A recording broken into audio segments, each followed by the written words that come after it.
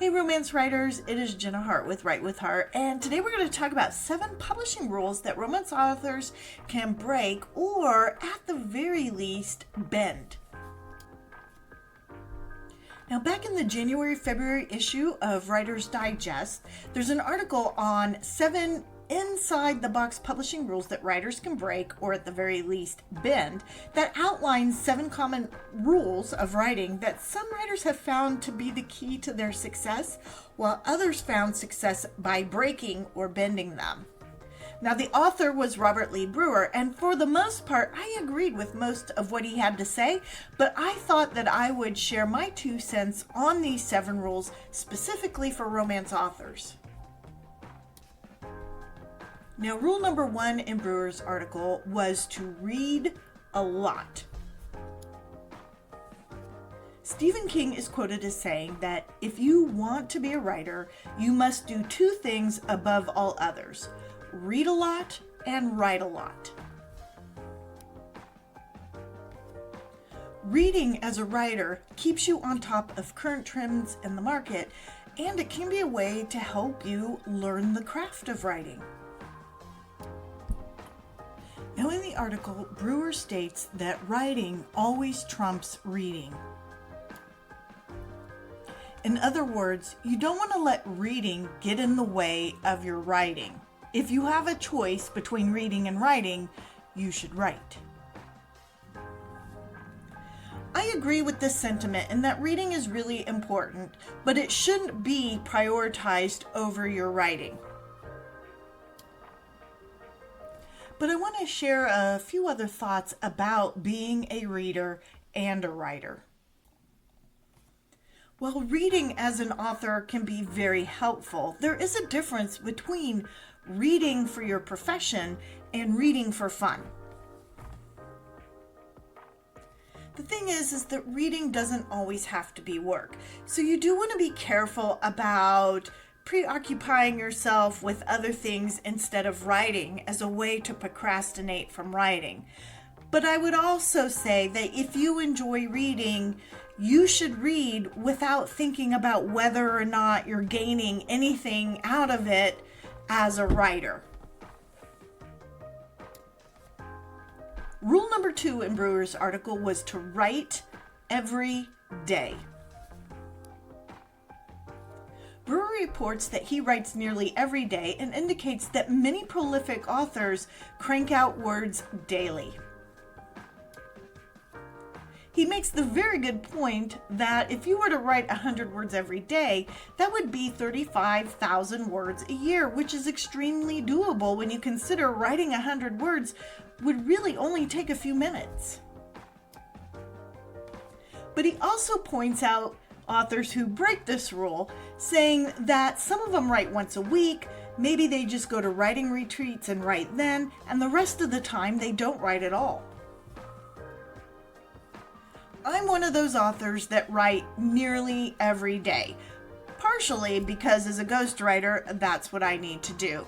But even when I'm writing for myself only, I try to write nearly every day. However, when it comes to writing, you have to do you and what works best for you and your life. But I do want to point out some of the benefits to writing every day, even if it's just a little bit, and that has to do with writing progress and habit. The more you write, the more it becomes something that you automatically do, a habit, and as a result, the faster you get to a completed book. Another benefit that I have found by writing every day is that the story lives within me even when I'm not writing. I really find this helpful because the story and ideas percolate even when I'm not writing, but also daily writing actually keeps me emotionally connected to my characters and the story, so each day it's fast and easy to resume writing. With that said, feeling the pressure to have to write every day can make writing unfun. Or maybe your life isn't conducive to writing every day. The one thing I would suggest to authors who writing is a bit more haphazard is to be honest with yourself about why that is and why you're not writing more regularly. It's one thing if your life is really chaotic and you have a very challenging time to write. It's a whole other thing if you're using that as an excuse not to write. If your haphazard writing is in fact because you're stuck or you're not feeling the muse, you're going to avoid writing, which means it's going to take a longer time to get your book done. I advocate having a writing schedule, whether it's an hour a day, 2 evenings a week, or 1 weekend out of a month. Whatever it is that you can eke out, I would actually schedule it and then make sure that you follow through, because that is really the best way to make writing a habit and to see progress on your writing. The third rule in Brewer's article was to build an author platform. Now, I want to start out by sharing my favorite definition of platform from Jane Friedman, because it actually took me a little while to grasp really what platform was. Now, a platform, according to Jane, is your visibility, your authority, and your reach to a target audience. Now, Brewer does note that there are successful writers who avoid platform building and rely on their works alone to get seen. The thing is he doesn't name names, so it's hard to know if these writers already have a large and successful platform and therefore don't need to actively be working on it, or perhaps their market is highly specific. So for most authors today, you are highly encouraged to build a platform, and the problem with that is that it is time consuming and frustrating, especially if you're doing all the things and your platform isn't reaching your readers. Then of course there's the ever-changing nature of what is recommended that you do to reach your audience. TikTok, anyone? Now, I know there's a lot of authors out there that would like to break this build a platform rule, but I really think today in the world where consumers are much more likely to be proactive in their buying choices and they're highly engaged with the companies that they're doing business with, means that authors need to be available and ready to engage with their readers. Readers become fans of authors, and if they search for you on the internet and can't find you, you could lose the opportunity to sell your books to them in the future.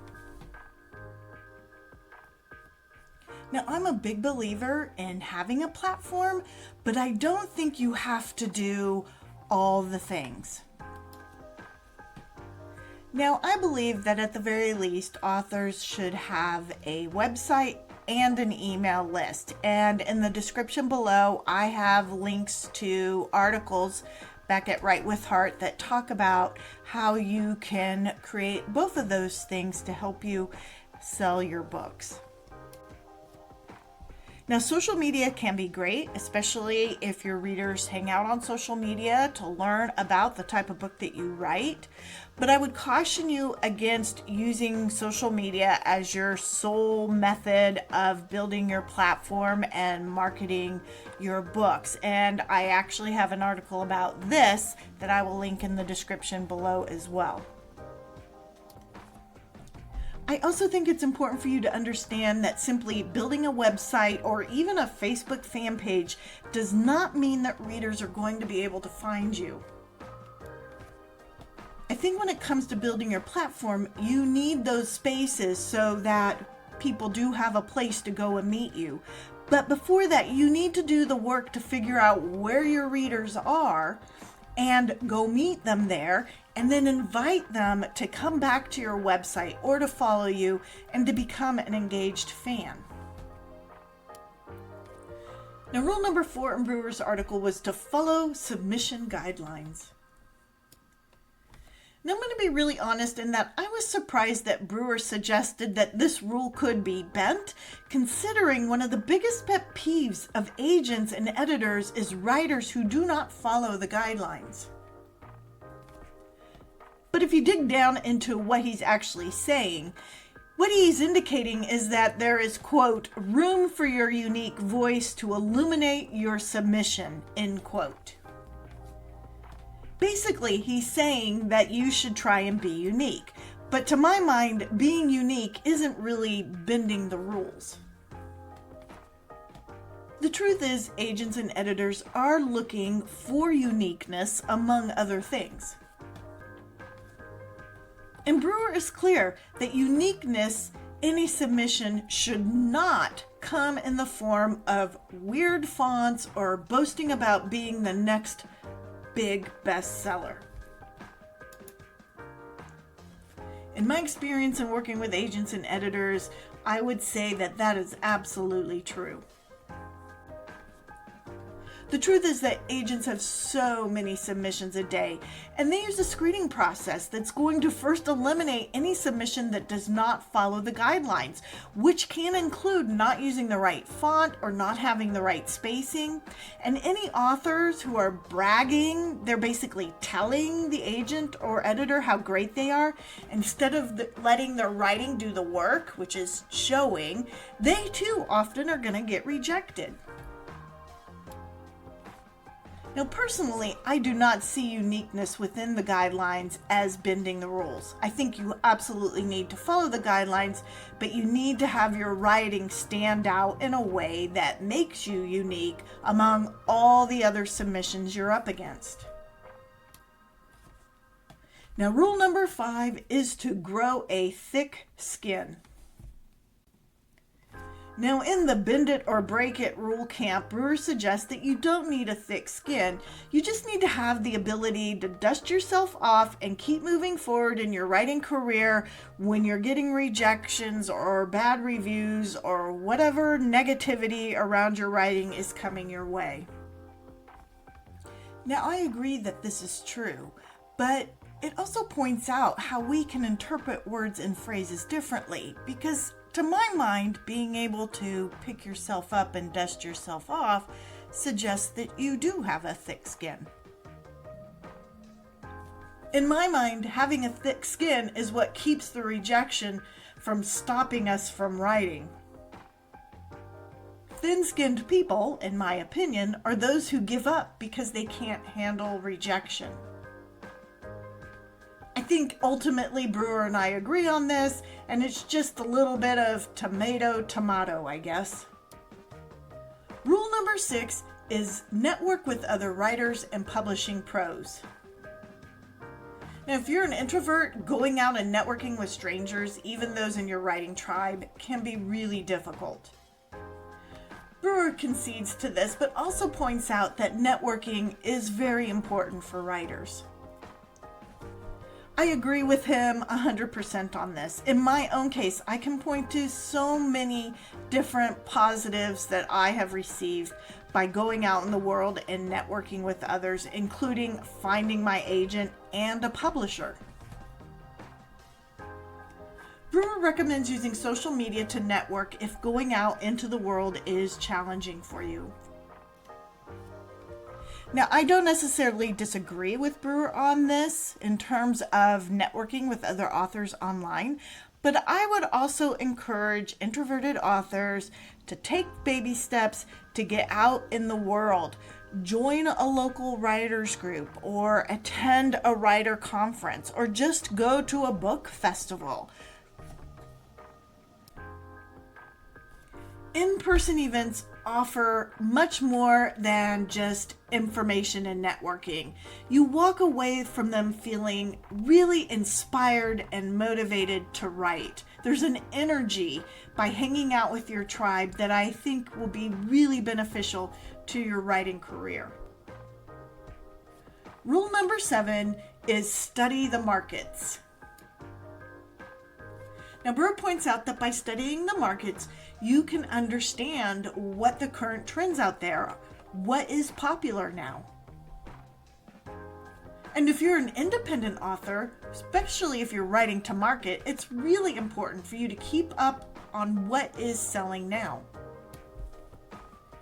But keeping up on the market isn't the be-all end-all for being a successful author. There are downsides to researching the market, primarily because it requires you to read, which, remember in Rule 1, you're supposed to write over reading. But one of the biggest problems with chasing trends is that trends change. If you're an indie author and you can write fast, maybe that's not such a big deal. But if you want to be traditionally published, trying to follow a trend can be especially difficult. A book bought by a publisher today won't be released for another 18 months to 2 years. And by then, the trend might be gone. But there's another negative aspect in terms of using trends to write to market, and that is that you're not necessarily writing the stories that you want to tell. As a ghostwriter, I write to market for my client, and I can't tell you how many secret child, secret baby stories I've had to write. And the truth of the matter is, I don't like that trope, but I write it because it sells and that's what my client wants. But when I write for myself, I never use that trope. I think because writing can be such a personal thing, even if you would like to make a career out of it, there is a benefit to understanding the market while at the same time being true to your heart and your creativity.